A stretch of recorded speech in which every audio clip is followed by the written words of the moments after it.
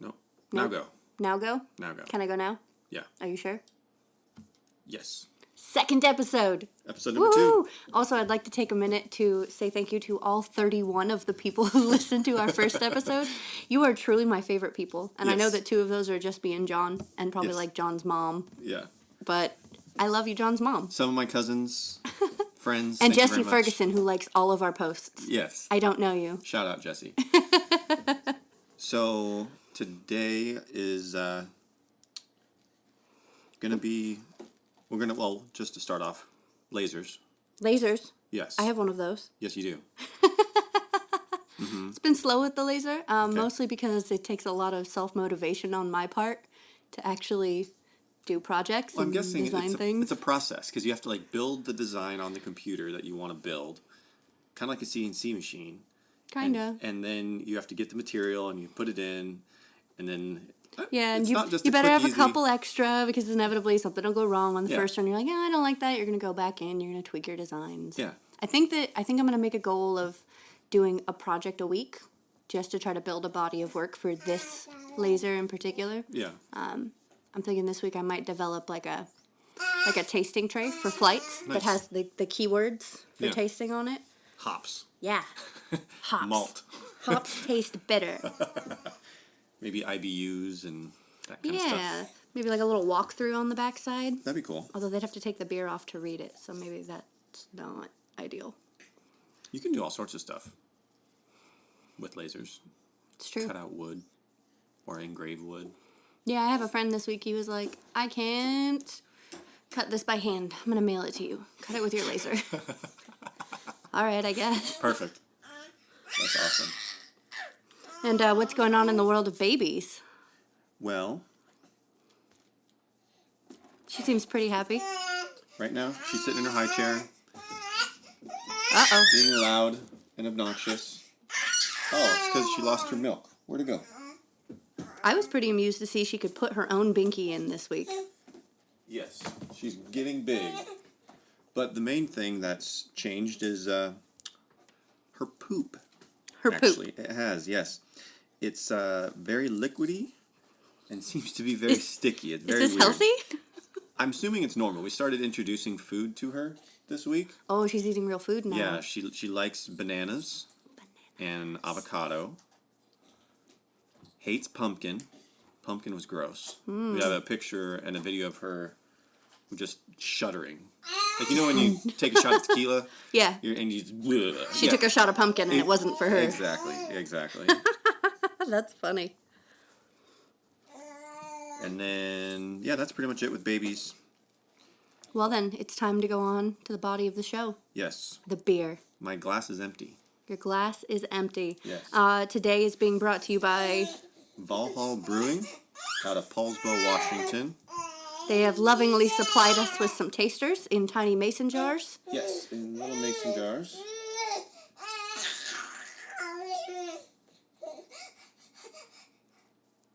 Ruby's excited. But remember, beer is not for babies. Beer is not for babies. And so, what they provided us today was their Brew Bitch, which is an IPA. Their Mother-in-Law, which is a double IPA. Valkyrie Red, which is kind of like a hoppier, more flavorful red. British Black, which is a porter-style beer on nitro. Golden Warrior, which is kind of like an in-between of, it's more of a lager beer. And then we have our Dry Hopped Warrior. So if you don't like Brew Bitch IPA and Golden Warrior is not tasty enough, then you can drink the Dry Hopped Warrior and it'll be good and tasty. And so some of these come in bottles. So which ones can you get in the store if you walk in and go looking for it? So if you go looking for Valholl Brewing. The only beers that are on pause. Okay, Ruby has seemed to calm down at the moment, but we'll see if that lasts. But back to the beer. You can find Valholl at stores all around Kitsap County and I think Olympia and Tacoma as well. But the beers are Brew Bitch and Mother-in-Law. Those are the main two that we always have bottled, ready to go. And then you also have our Espresso Stout, which you might still be able to find in stores. That was a seasonal that we did over the wintertime. And then right now, Golden Warrior is actually in a bottle, but only available at the tap room. And when you talk about this, you use the word we a lot. Would you like to declare your associations for our listeners? Yeah, so I work for Valholl. I don't do any of the brewing or anything like that, but I do. I work on the back end with the owners and help run the business as best as we can. So that's my disclosure with me and Valholl. Hence why they are our beer provider today. Inaugural beer provider. Inaugural beer provider. And they're actually going to be a permanent sponsor of the podcast. Nice. As well, so that'll be nice. So, it doesn't mean we're going to be drinking Valholl every single time, because, that's going to Well, and honestly, I would get bored with that. Yeah, exactly, for sure. So, on to the beer. So, I think we're going to start with Brew Bitch, and let's go ahead and open it.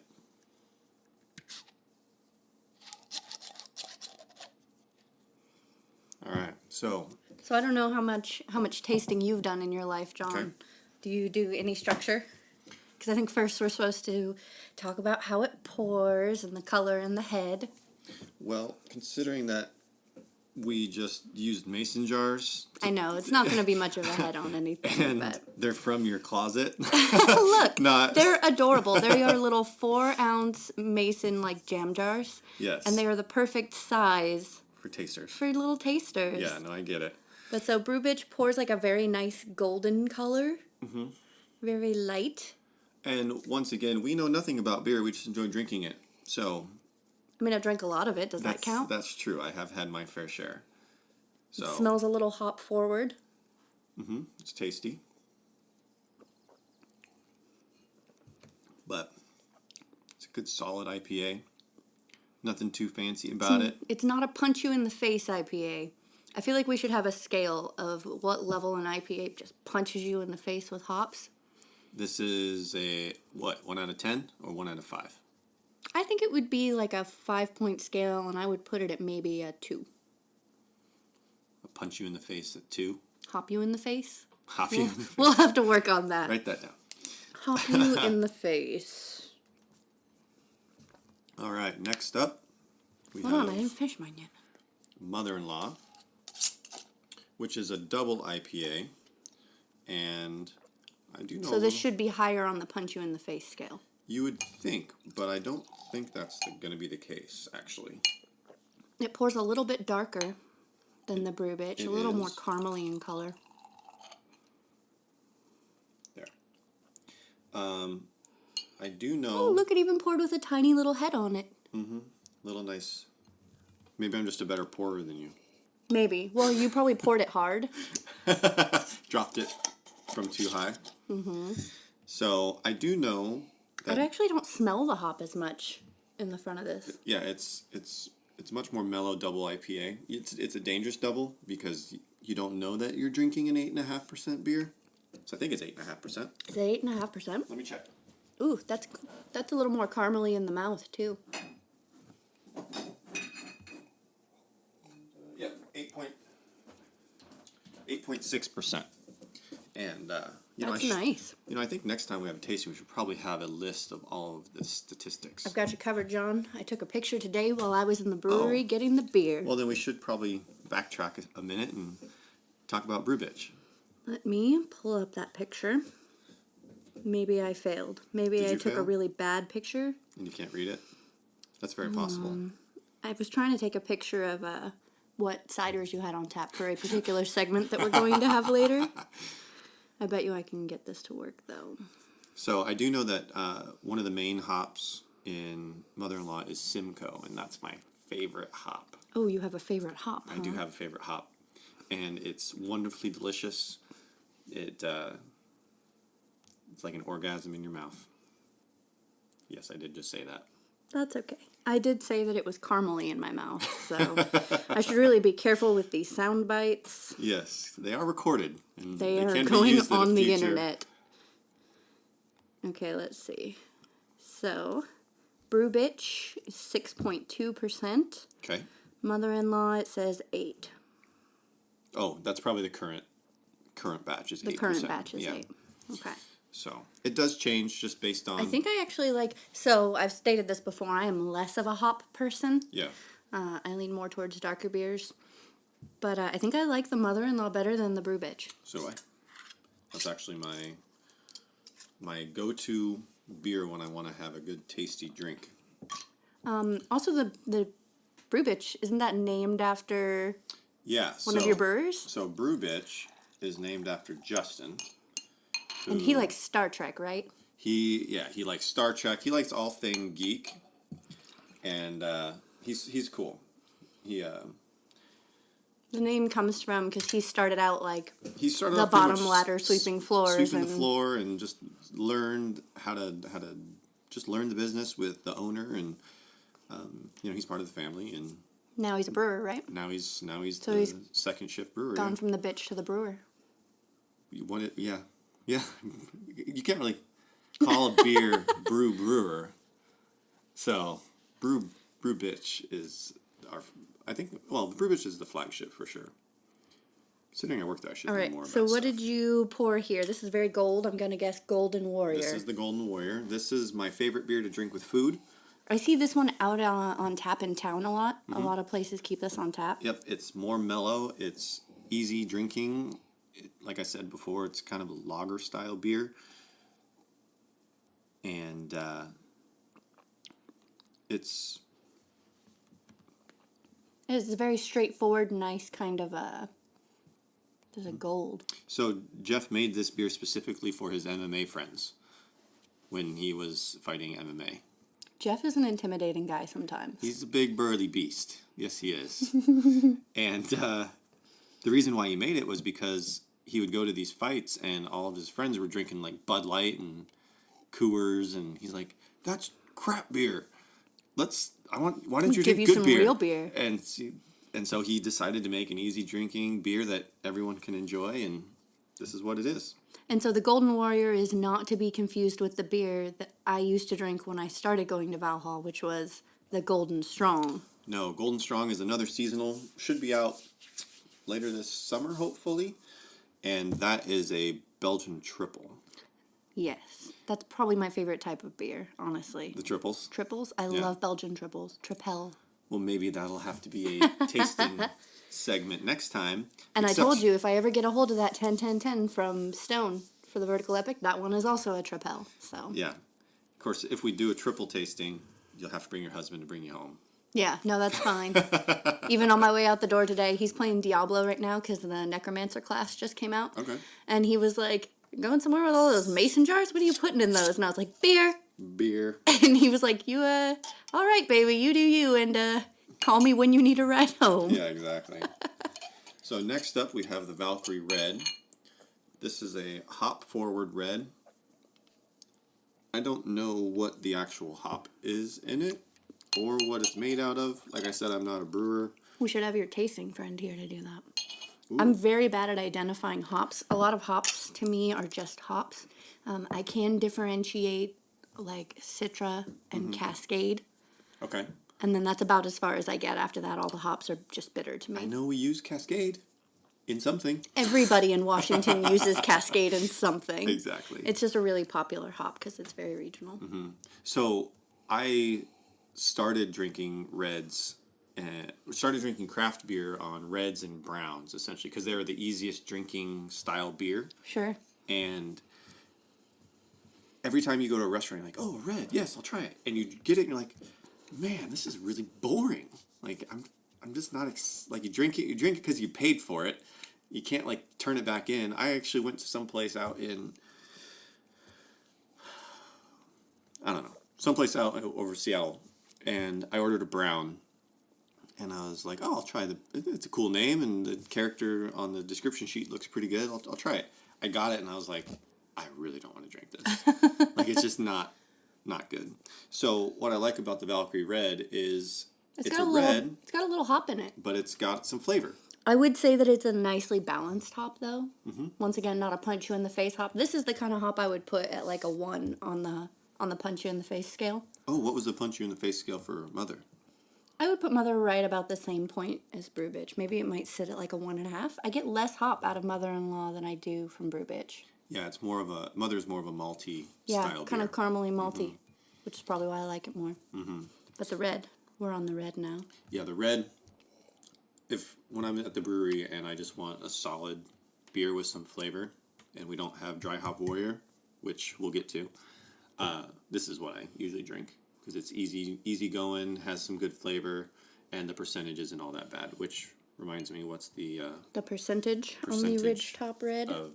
Not Ridge Top, that's Silver City. I'm making shit up. That's a different brewery. That's a whole different brewery. Yeah. You said it's Valkyrie. I'm sorry. 6.8. Valkyrie Red. 6.8. Yeah. See. 6.8. Super mellow, easy drinking, good to go. We're gonna save the black for last. So next up, we're saving the best for last, in my opinion. We're going to go with our Dry Hop Warrior. So this is my favorite summertime beer that we make. It started off as an accident, but now we make it permanently. I'm always interested in the accidents. The brewing accidents. Yeah. Because Bainbridge has that grapefruit IPA right now that apparently was an accident. And now it's one of their best-selling beers. Yeah. It's delicious. Yeah. So this is a dry hop, you said. It is a dry hop. Do you know the difference between dry hopping and wet hopping? Well, let me ask you, do you know, and you're going to school me on the answer? Depends. Do you feel like going to school? Go for it. Because I have a idea and some of a kind of a knowledge between wet hop, dry hop, and regular hop. Like regular hops in beer. But if you know the details, I'll let you do it. Okay. Alrighty, Deena, school me. All right. I'm just going to be honest. I talk a lot of talk sometimes. I don't think I can do that. Alright, so wet hop. Wet hop means the hop is straight off the vine, usually in the fall when they're ready to go. Right. And you just take the hop and put it straight in the beer. Okay. You don't dry it, you don't freeze it, you don't mash it up into little pellets. It's just straight vegetation in the beer. Okay, and then dry hopping is when you add it at the end of your brew, or for home brewers, when you put it like in your secondary during fermentation to get more of your like florals. Yes, your that's where you get your smells and your hits of flavor at the back end. Okay. And then your regular hop is when you just take your hops and dump Throw them in your boil. Yep. And then you're good to go. Let it bitter your beer. Yeah. Okay. That's how you get the bitter. The wet is, if you guys have never had a wet hop, somebody makes a Citra wet hop each year, and I don't remember who it is, but the label on the bottle, so I do a lot of design, so like the label on that bottle jumps out at me because it's like this hop that looks like it's like dripping wet. Citra wet hop. I know what you're talking about. I can't remember the brand. I don't know. But let's talk about the Dry Hop Warrior. There's a lot. So the Dry Hop Warrior, did we do the percentages on that yet? I can pull it up. Ooh, that tastes good. Anyways, the Dry Hop Warrior is same color, consistency as the regular Golden Warrior. However, it is dry hopped at the end, so it adds a little bit more hoppy punch flavor, and it gives it a little bit better smell. It's a 5.5%. So that's a nice, easy summer drinking kind of beer. Barbecued, have a couple of those, get a growler, have a couple of those. Yeah. That's nice. I like that. When anybody puts like hop in the name, I expect I'm going to hate it. A punching in the face. Punching in the face kind of hop. But no, this is very much like a level 1, maybe a level 2 hop. It's mostly like the nice floral at the end. And I mean, honestly, I think Brew Bitch is probably closer to a 3 for hop profile. Maybe. The scale is still under development. We just figured it out while recording. So it's probably completely wrong. And then Mother, I'd say, is 2.5 to 3 equivalent. And then Golden is probably like 1.5 for the hop profile. It is a very low profile hop. And then Red, I'd say, is probably 1.5, 2 as well, just because you get I flavor. didn't really get a lot of hop out of the Red. It was a very malty kind of caramel. What's interesting about that, though, is so people who drink craft beer and enjoy a variety of different beers will say that none of these are like overly hoppy. But you give Brew Bitch or even the Hopped Warrior to someone who doesn't drink craft beer, Right? They think it tastes like pine needles, and they're just like, "Oh my god, what is this?" You know, and so It's really funny. I have a friend that you know who comes to the brewery with me a lot, and he didn't drink craft beer when I met him. I taught him to drink craft beer because I could not tolerate what he was bringing into my presence. And I gave him every beer under the sun I could think of, and I saved IPAs and hopped beers for last because I smart. didn't want him to like them. I wanted him to like the beers that I liked. well, he's your drinking husband. He's my drinking husband, yes. I'm not married to him, but I do drink the beers with him.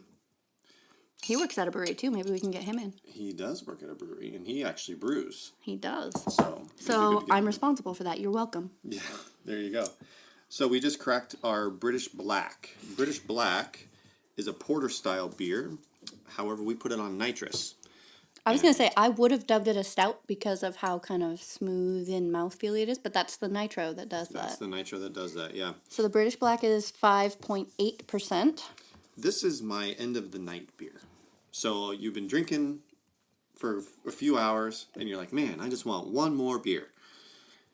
British Black. It just smells roasty. It makes me happy. Yeah, inside. it just is a very malty, smooth, very easy style drinking beer. I think the only Valholl beer that I like more than the British Black is one that we don't have here, and that's got to be the Stouty. Stouty. It's a high percentage on the Stouty, though. That one's fancy. There's all sorts of crazy stuff in there. I can't even name off the list. Really? There's like brown sugar and just all sorts of, yeah. It's a heavy, full-bodied. You only need one. Yeah, the first time I ever met the Stouty, I was in at Valholl, like right after they first opened, came with a friend, was hanging around Poulsbo, and I was like, what's that? I want that. Well, And that was all I could drink, and I still had to go and like walk around downtown after. so we have our normal stout, which is Stouty, and then we have our Stouty Stouterson. Maybe that's what which I is had the one then. you're talking about. Yeah, Stouty Stouterson is our high-profile, in-your-face competition style beer. It's delicious. Yeah, it's super good. So, on a similar note, if you've noticed, Ruby has stopped screaming. And that's because She went with Mama. she went with Mama to a friend's house because my wife didn't want to sit here and listen to me and Deena talk about beer. So she's like, I'm taking the baby. It's not everybody's favorite hobby. I'm taking the baby and going to a friend's house. So that's why Ruby is not present currently. So everyone who is wishing you could hear Ruby squeak and squeal throughout the podcast, Here's what you do, John. Go back and isolate some of the noises and just like drop them in behind us while we're tasting beer. that sounds like a good idea. Now that we're kind of finishing up the tasting, I do have a list of some News? events, some news, some chatting points. Okay. Hit me. And you brought this up. What the fuck is Zima? Zima? Yeah, didn't you bring this up this week? You mean like the malt liquor? Yeah. 'Cause- From like 1990 Zima? Yeah. Have you never heard of it? No. And all of a sudden it's like in grocery stores and like brought it back. breweries are posting, we have Zima. And I'm like, what the fuck I don't is think Zima? breweries are posting. Slippery Pig has it. That's because they're a bar. Oh, that's true. They're a bar. That's true. Yeah. Okay. Slippery Pig is a brewery, but they are a bar also. So, Zima, as far as I know, is a malt liquor that was created freaking 20 years ago as like, it's kind of like a Michelob Light. Super low calorie, super light, clear drink. And I didn't talk to you about Zima. I don't know Somebody where you did. picked it up. I don't know where I got it from then. I thought, Wasn't either me. way, what in the world? The Washington Beer Awards happened. Do we have any? We do. Okay. I made a little list. So from the peninsula, the people that got awards were Silver City, Sound Brewing, Bainbridge, Cache, Rainy Days, and Wet Coast. I think we forgot to send ours in, actually. Really? Silver City and Sound cleaned house. They Yeah, each won like 4 medals each. They do. And then Bainbridge's one medal that they got was for the grapefruit. Oh, nice. The windfall. Good. Which is awesome. Good for them. So that makes, for the kids at Peninsula, 4, 8, 9, 10, And this is all 16. 16 medals for our breweries here. all of Washington? In the Washington Beer Festival, so. But is that a Northwest, like Seattle area festival, or can people from Spokane and like Elysian, or not Elysian, but Iron Horse and Spokane breweries? So I don't know participate? exactly how many entered. I know that the event happened in Seattle, Okay. in Marymore Park. And I did see a lot of familiar names on there, like Black Raven Brewing, which Okay. they're in Redmond. Okay.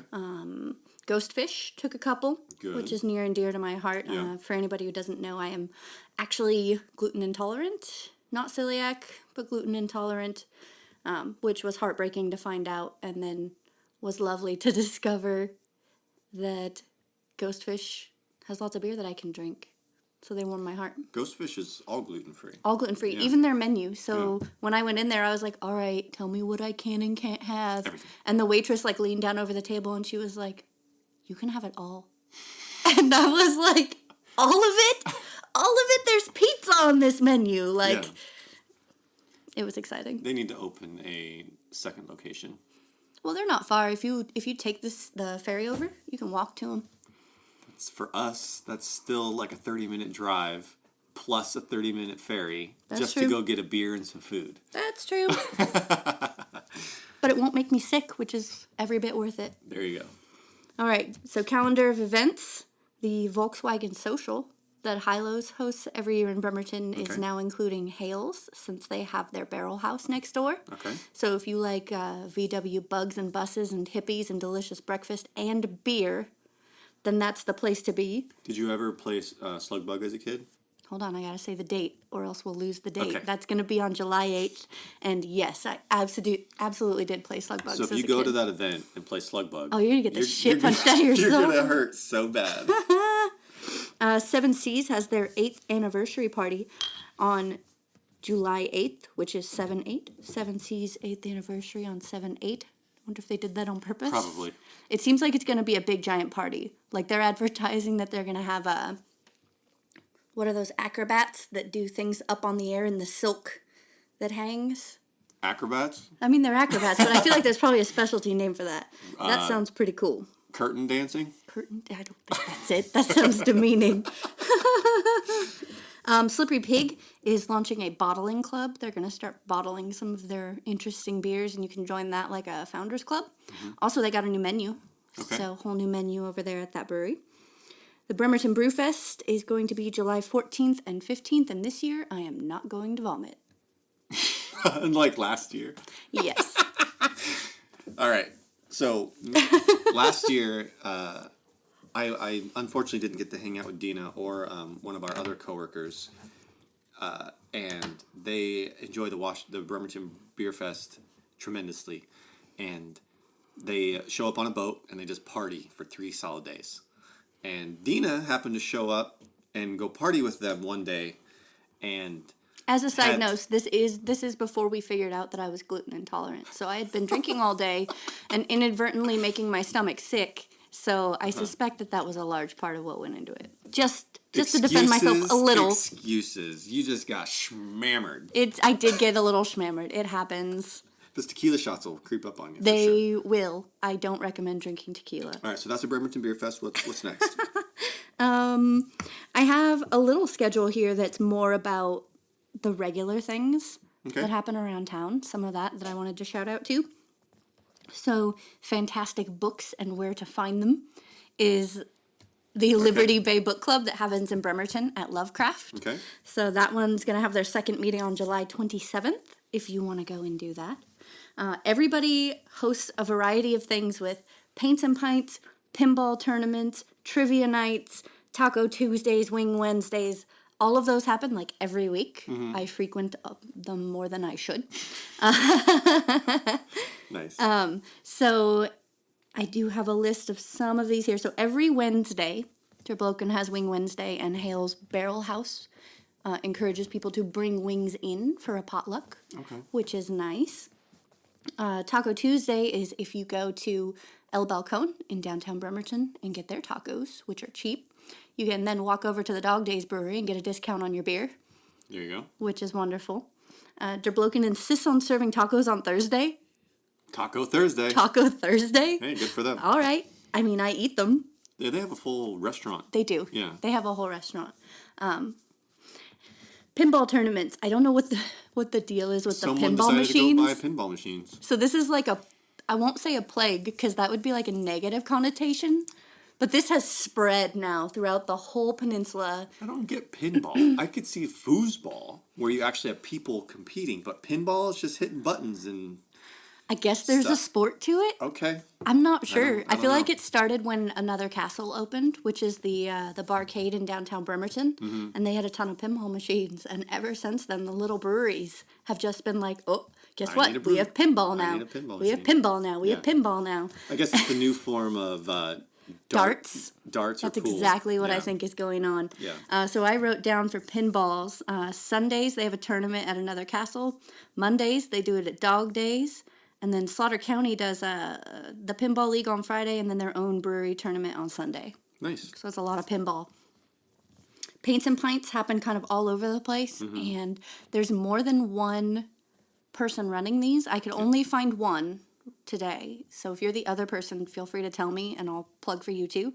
And it looks like Slaughter County and Dog Days are alternating throughout July. And they're going to be doing fireworks, coral reefs, blackbirds, and anchors. Okay. So if you want to do any of those at a Paint and Pint, you can get online and pull it up and buy the tickets from Rimbert Illustrations. Anything else?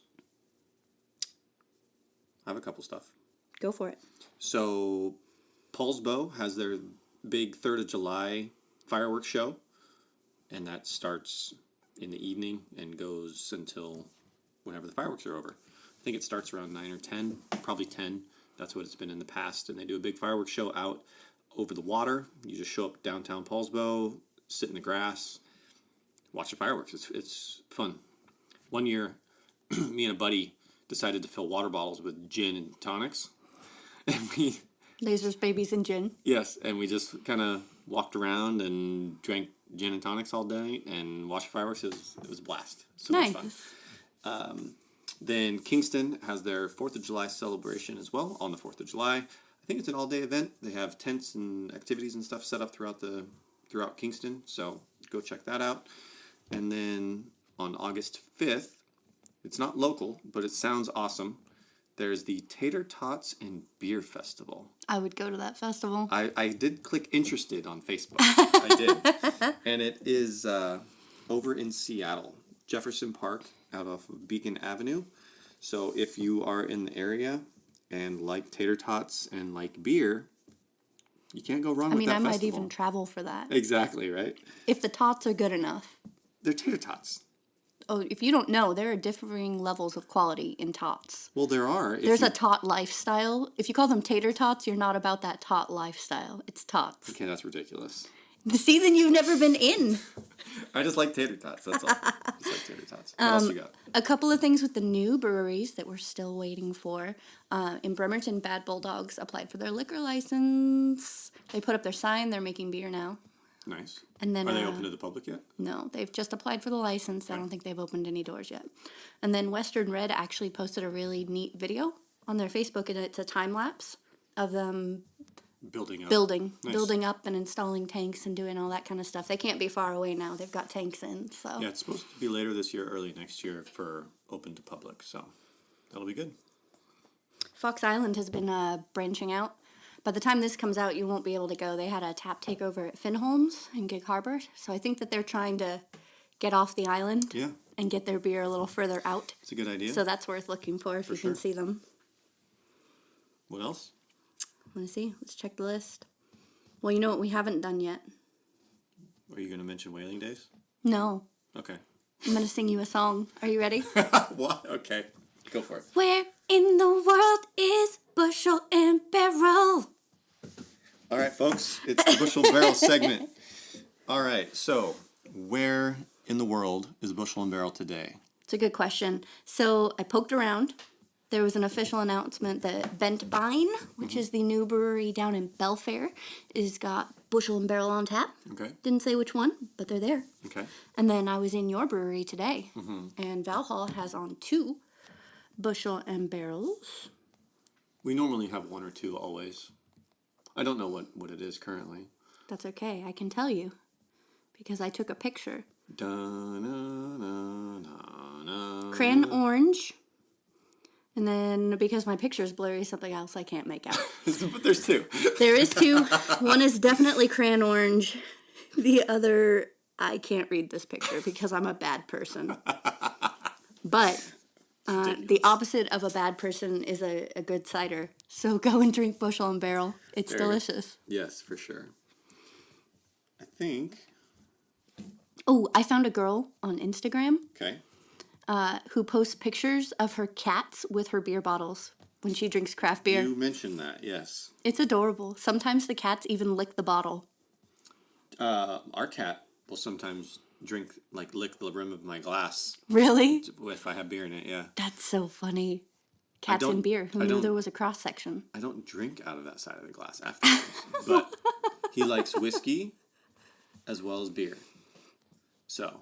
Oh, I think I've got one last thing I want to talk about on a serious note. Boom. The Washington Beer craft beer stamp. Have you heard about this? No. So apparently, it's a program being developed by Washington Beer, who's the same people who do the big beer awards and all that kind of stuff. And they're developing like a logo or a stamp that breweries can put on their bottles or their tap handles.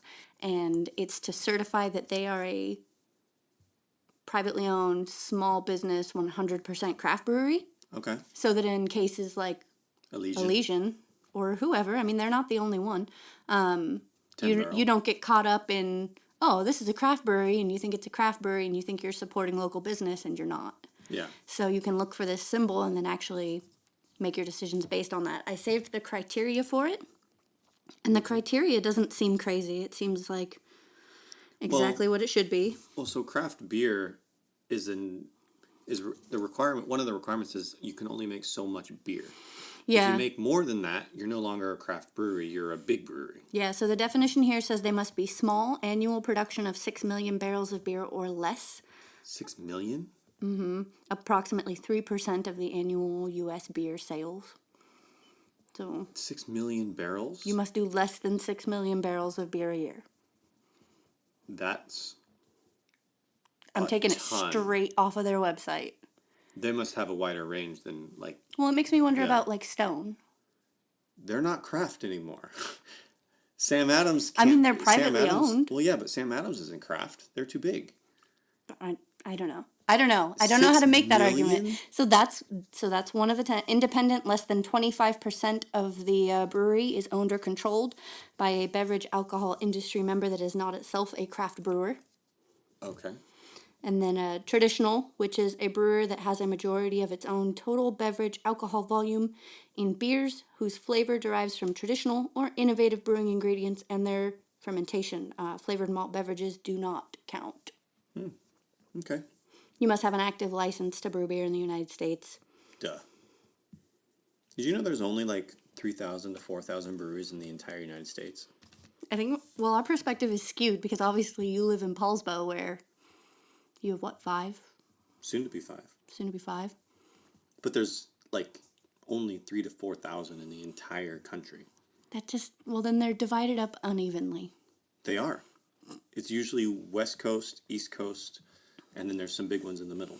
Well, I went to meet my in-laws, and when we went to, it was either Georgia or Virginia, and I feel like it was Georgia, where they still have laws on the books where brewers cannot make and sell their beer on premises. So if you want to be a craft brewer, you can make it, but you can't sell it in your craft room, in your tap room. So a lot of people are choosing to cross the state line and brew just on the other side of the state line and then distribute into the state, because that's how you make money making beer in that. It's ridiculous. Yeah.